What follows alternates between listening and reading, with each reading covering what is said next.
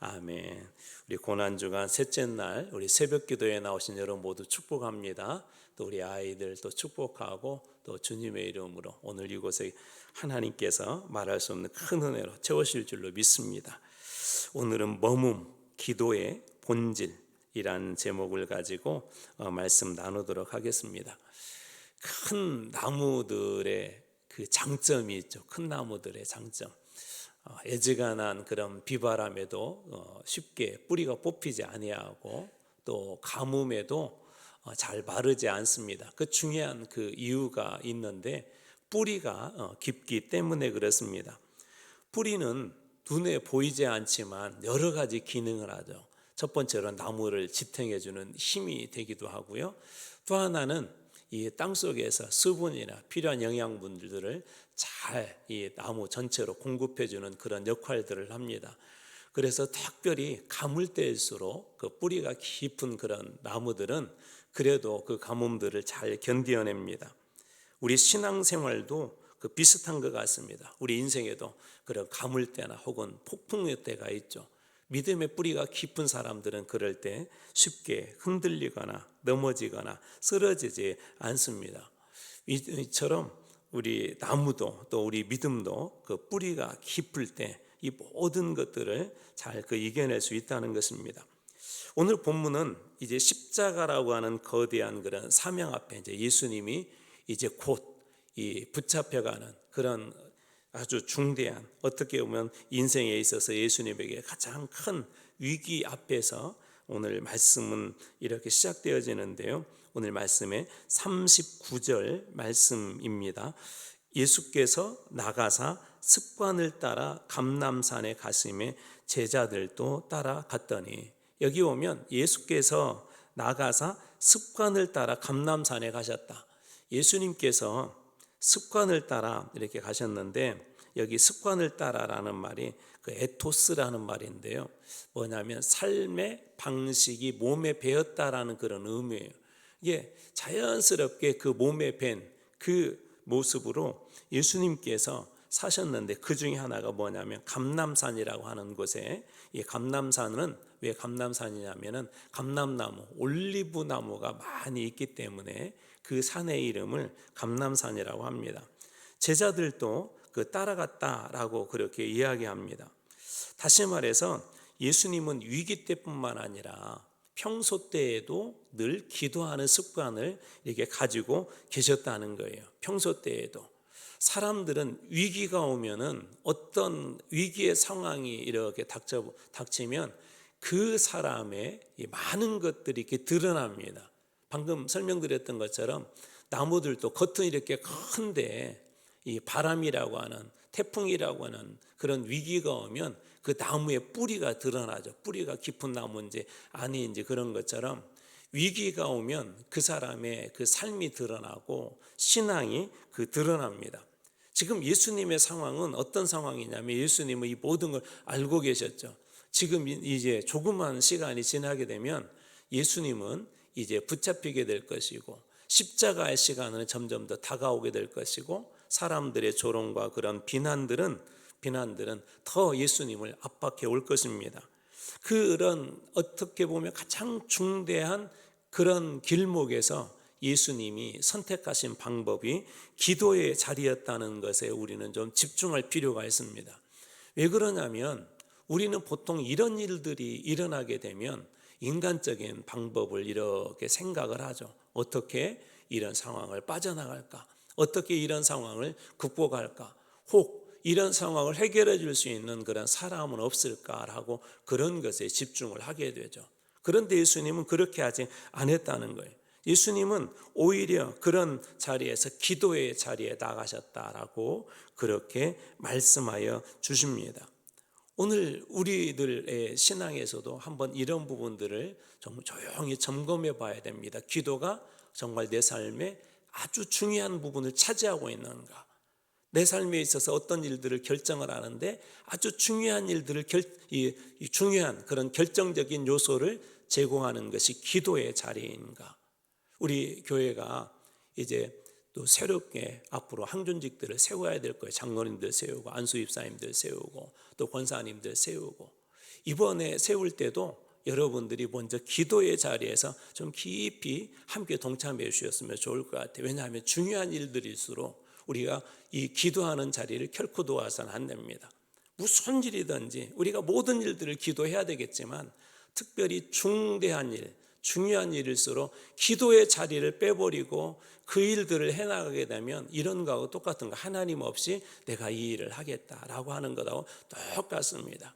우리는 기도를 통하여서 오늘 본문에도 보겠지만 기도가 주는 유익들이 있어요. 아니, 그리스도인이라면 기도 없이 살아서는 안 됩니다. 그래서 기도를 뭐라고 표현하기도 하죠. 기도는 호흡이다. 우리 영혼의 호흡이다. 기도 없이 살아서는 안 된다는 거예요. 저는 참 감사한 게 그래도 이렇게 새벽마다 늘 기도하시는 우리 권사님들, 우리 장로님들, 또 우리 집사님들 늘 그런 분들이 계세요. 기도라는 것은 어떻게 보면 그런 분들을 통하여서, 그런 기도를 통하여서 교회가 늘 이렇게 되어지는 것입니다. 아주 오래전에 한 그런 마약도 하고 도박도 했던, 실제적으로 지금도 산청에 이분이 이렇게 살고 계시는데 이분의 그 삶이 엉망이었어요. 그렇게 그 어머니가 권면을 해도 도박하는 일을 못 끊고 이분이 그 유명한 타짜라고 하는 그 영화의 모티브를 제공한 분이기도 합니다. 늘 그렇게 사니까, 쫓대로 막 마약도 하고 그렇게 사니까 이 어머니는 할 수 있는 게 아무것도 없었어요. 늘 기도밖에 없었습니다. 이 아들이 결정적으로 회개하고 돌아온 그런 사건이 하나가 있었는데, 이 아들이 감옥에 있을 때 한 그런 겨울이었는데 어느 날 어머니가 이렇게 면회를 왔습니다. 어머니하고 이런저런 얘기를 하는데 어머니가 눈물을 글썽글썽하면서 아들에게 그렇게 얘기해. 내가 너를 위해서 기도하고 있다. 여러 가지 권면도 했겠죠. 이렇게 살아서는 안 된다. 도박해가지고는 안 된다. 그런 얘기들 많이 했겠죠. 그런 얘기들이 통하지도 않았는데 그날 이 어머니가 눈물 글썽글썽하면 너를 위해서 기도한다. 그러면서 얘기를 하다 보니까 그 추운 겨울날이라고 했잖아요. 이 어머니가 우리 아들은 이렇게 추운 겨울날 감옥 안에서 차가운 곳에서 자는데 내가 어떻게 따뜻한 방에서 자냐 하면서 그 차가운 방에서 아들을 위해서 기도한다는 것을 이 아들이 듣게 됩니다. 그날 그 이야기를 듣고 이 아들의 마음이 조금씩 바뀌기 시작해요. 그리고 이분이 나중에 예수도 믿고 또 자기처럼 도박하거나 또 이렇게 마약했던 그런 사람들을 돕는 일들까지 이렇게 이분이 하게 됩니다. 기도가 아들을 살린 것이죠. 이렇게 한번 물어보겠습니다. 여러분들에게 자녀는 중요한 존재입니까? 아니면 별로 중요하지 않는 존재입니까?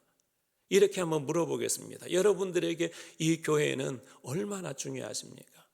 만약 정말 중요하다면, 만약 정말 이 일이 중요하다면 우리는 기도하는 일을 결코 빼먹어서는 안 됩니다.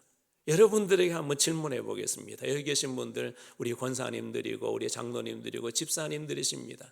대부분이 다 교회에 헌신하신 분들입니다. 여러분들에게 교회는 정말 얼마나 중요합니까? 아니, 그 직분은 얼마나 중요하십니까? 정말 중요하다면 기도하는 자리를 결코 놓아서는 안 됩니다. 교회를 위해서 기도하는 일, 내가 나에게 맡겨진 그 직분을 위해서 기도하는 일들, 이런 것들을 놓아서는 안 됩니다. 왜 그러냐면 오늘 본문의 말씀에도 예수님이 2번이나 비슷한 류의 일들을 경고하시는 그런 장면에서 우리가 왜 기도를 멈춰서는 안 되는지 오늘 말씀이 우리들에게 교훈하고 있는데요. 오늘 말씀 40절입니다. 그곳에 이르러, 감람산에 이르러 그들에게, 제자들에게, 지금 제자들에게 하는 얘기예요.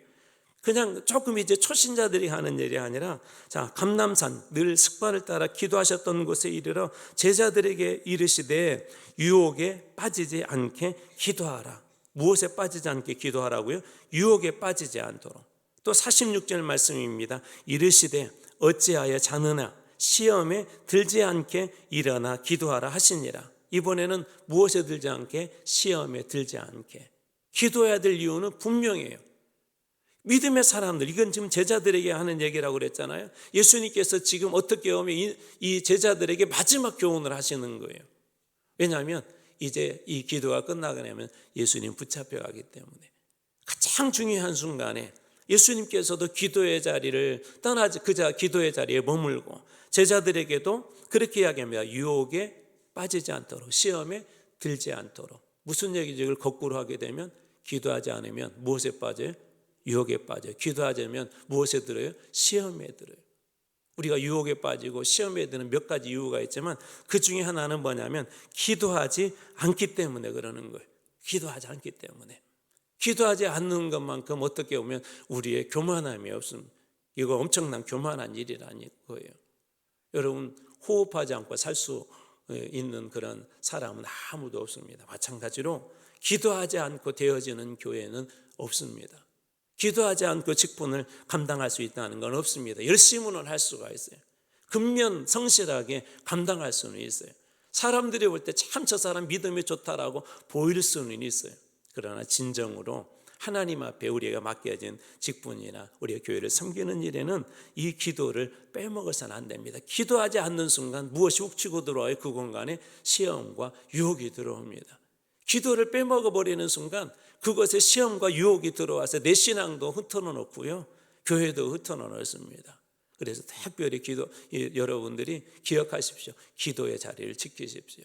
힘들고 어려울 때일수록 또 늘 우리가 중요한 일을 앞둘수록 기도하는 그런 자리를 결코 놓아서는 안 됩니다. 다시 부탁드립니다. 새로운 우리 앞으로 중직자들 뽑을 겁니다. 기도해 주십시오. 여러분들의 마음이 하나님 앞에 정말 주님께서 기뻐하시는 분들이 세워지도록, 또 우리 교회가 앞으로 또 그분들을 통하여서 교회가 다 주님 앞에 영광들이 쓰임받아서 기도해 주시고, 그렇게 우리가 섬기는 분들을 세워나갈 때 하나님께서 이 교회를 더 귀하게 그렇게 쓰실 줄로 믿습니다. 우리가 기도할 때 놀라운 축복이 있죠. 기도하는 곳에는 누가 함께 하실까요? 하나님이 함께 하세요. 기도하시는 곳에는 누가 역사할까요? 하나님께서 역사하세요. 왜 그렇습니까? 주님께서 우리에게 기도를 명령하시고 또 주님께서 우리와 함께 하시겠다고 약속하셨기 때문에 그렇습니다. 마치 뿌리 깊은 나무가 바람에 넘어가지 않는 것처럼 기도하는 사람들은 믿음의 뿌리가 깊이 내리게 될 것이고 어떤 상황에서도 결코 흔들리지 않을 겁니다. 누구도 기도가 필요했을까요? 예수님도 기도가 필요했어요. 예수님조차도 기도하지 않고는 이 십자가의 길을 갈 수 없습니다. 여러분, 우리 사역 감당하다 보면 그런 생각 들 때가 있잖아요. 내가 이런 대접 받으려고 내가 교회 다니나, 내가 이런 대접 받으려고 내가 집사가 되고 권사가 되고 장로가 되고 안수집사가 되었나, 그런 생각 들 때가 있죠. 예수님도 어쩌면 그러셨을지도 모르겠어요. 내가 이런 십자가 지려고 내가 사람이 되었나, 하나님의 사람이 되었나. 물론 예수님은 그런 생각하지 않았겠지만 우리라면 그렇게 생각할 수도 있겠죠. 우리도 예수님처럼 피하고 싶은 것들도 있고 시험도 유혹도 있고, 예수님도 피할 수 없는 한 가지가 있죠. 십자가는 예수님을 피할 수 없었습니다. 바로 예수님에게도 이 피하고 싶은 가장 십자가, 그것이 바로 지금 눈앞에 있는 십자가의 자리 아닙니까? 그래서 예수님도 지금 무엇하는 거예요? 기도하시는 거예요.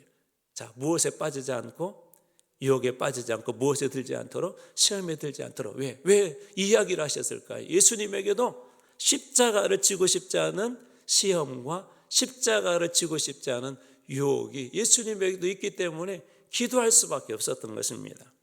놀라운 일들이 일어나죠. 기도할 때 어떤 일들이 일어났습니까? 42절 말씀입니다.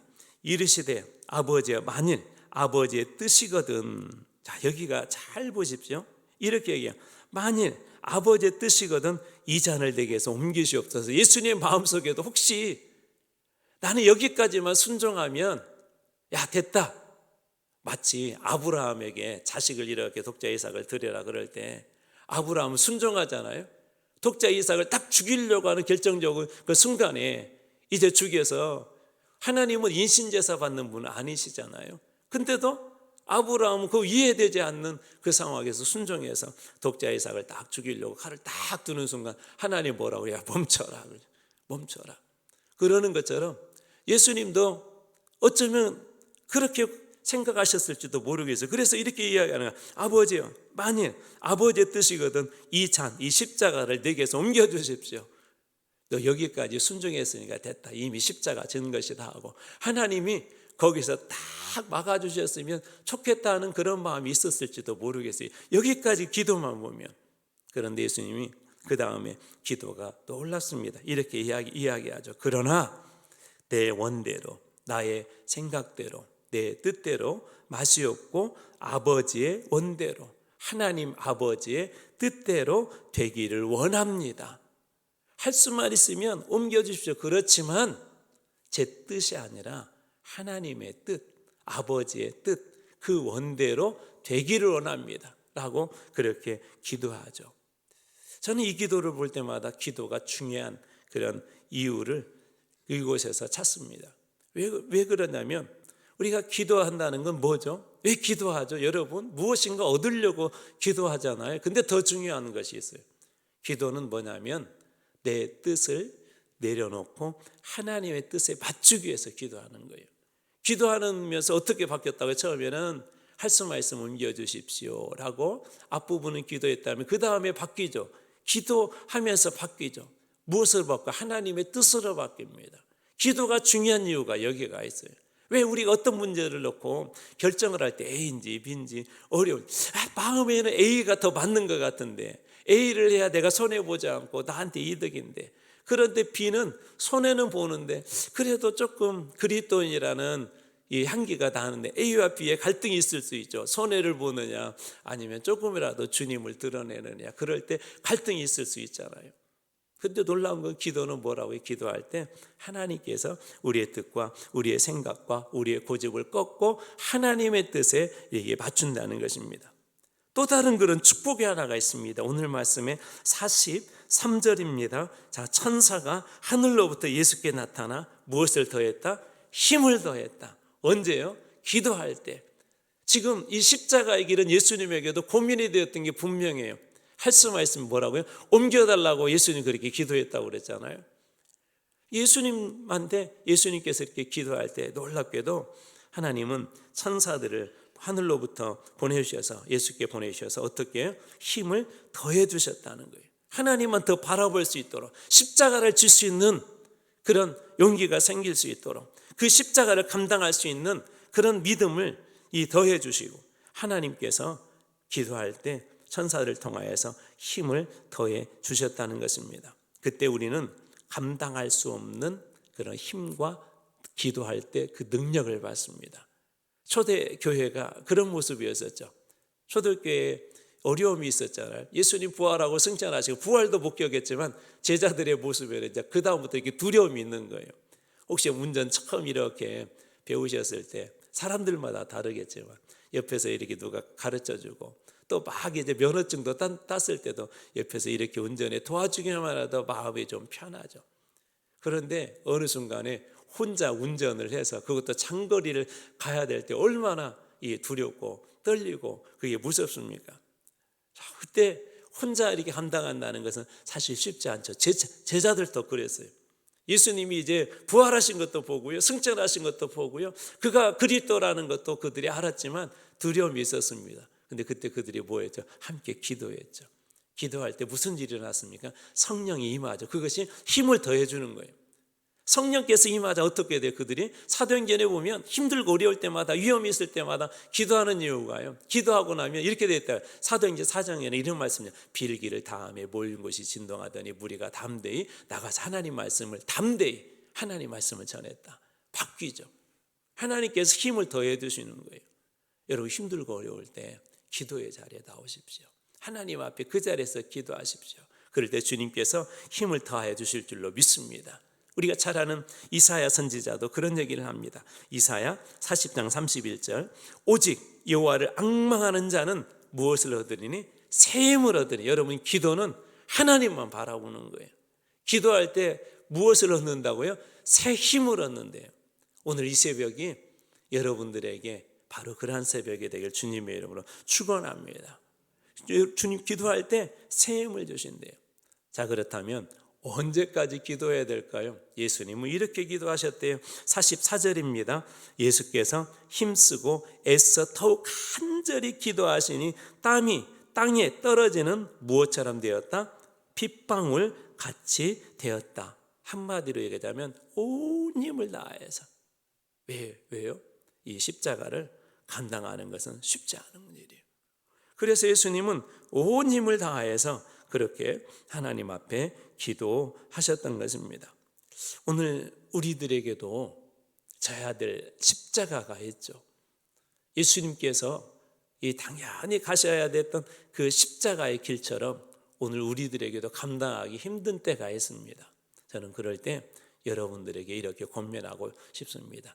기도의 자리에 서십시오. 그때 하나님께서 여러분들의 힘을 더해 주실 것입니다.